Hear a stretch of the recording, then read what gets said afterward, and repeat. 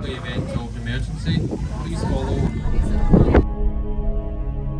Welcome to Loch Lomond, known as the Queen of Scottish Lochs. It's the largest expanse of fresh water in Great Britain, 23 miles long, 5 miles wide, and at the northern end, 636 feet deep, making it the third deepest in Scotland.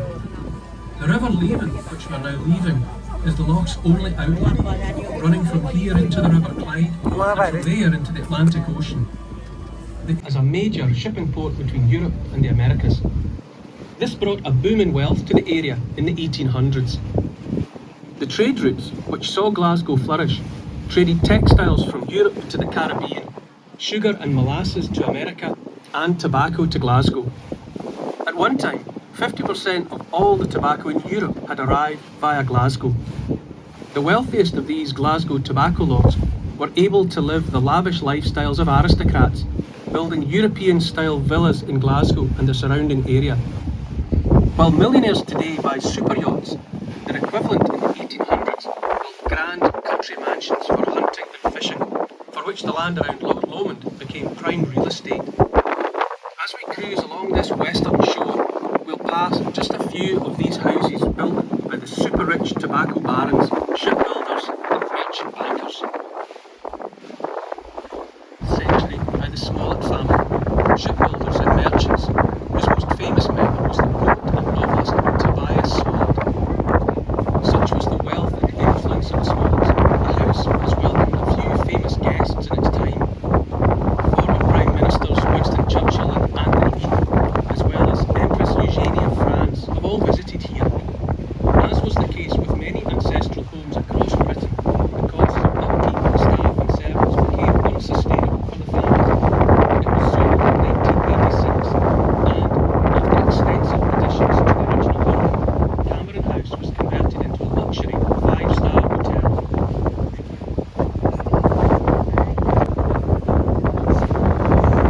The large house on the hill to the left that you may be able to spot between the trees is Auchendennan House. Auchendennan House was commissioned in 1860 by the Glasgow-based tobacco merchant George Martin and was designed by famed Scottish architect John Burnet. During the Second World War, the house was used as a convalescent home for American servicemen coming from the front in France. After the war, as a goodwill gesture, the house was converted into a youth hostel thanks to a generous donation from American trade unions. The house remained a youth hostel until 2012, when it was bought over and converted into a 27-bedroom private home once again.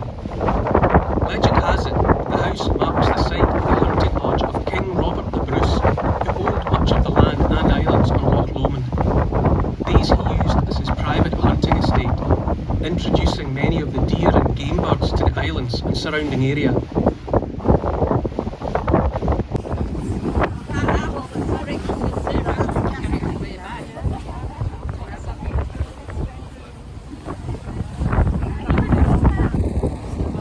And to the shoreline on the far right, this is the widest part of Loch Lomond, at a distance of 5 miles. As you look towards each shore, you may be able to notice a line can be drawn between the hills on each side and the nearby islands ahead. This is the Highland Boundary Fault Line. It's a geological fault created when the land that formed Scotland crashed together 500 million years ago. This line runs across the width of the country and separates the Highlands from the Lowlands. This can also be seen in the surrounding landscape as the rolling hills and meadows of the Lowlands behind make way for the rugged peaks of the Highlands ahead. In just a few minutes, we will cross this boundary and enter the Scottish Highlands. This fact earns Loch Lomond the title, the Gateway to the Highlands. Hundreds. The meeting of these two contrasting landscapes was reflected in the meeting of two contrasting cultures. The hardier, more traditional Highland clans and the increasingly civilised and cultured Lowlanders. This melting pot situation often led to disagreements and conflict. Not far from here, just behind the hills to our left, lies Glen Fruin, or the Glen of Sorrow. Glen Fruin is the site of one of the most gruesome battles in Scotland's history. In 1603, a dispute between two rival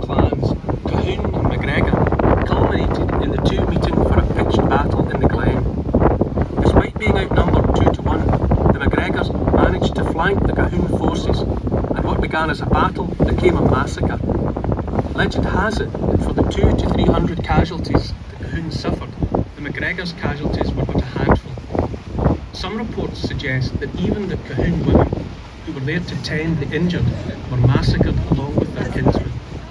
Such was the viciousness of the MacGregor onslaught that King James IV had their clan chiefs executed and decreed that the MacGregor name was to be abolished on pain of death. The judgment would not be lifted until 1775, 172 years later.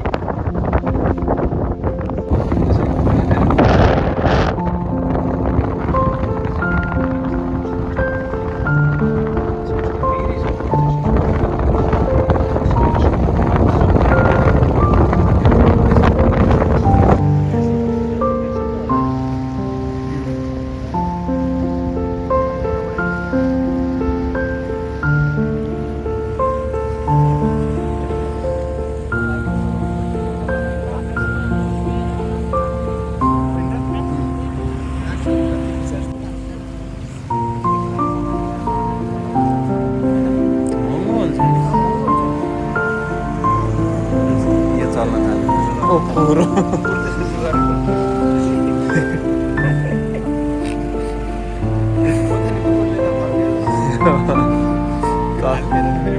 Goy हो गया. Musicians and artists for generations.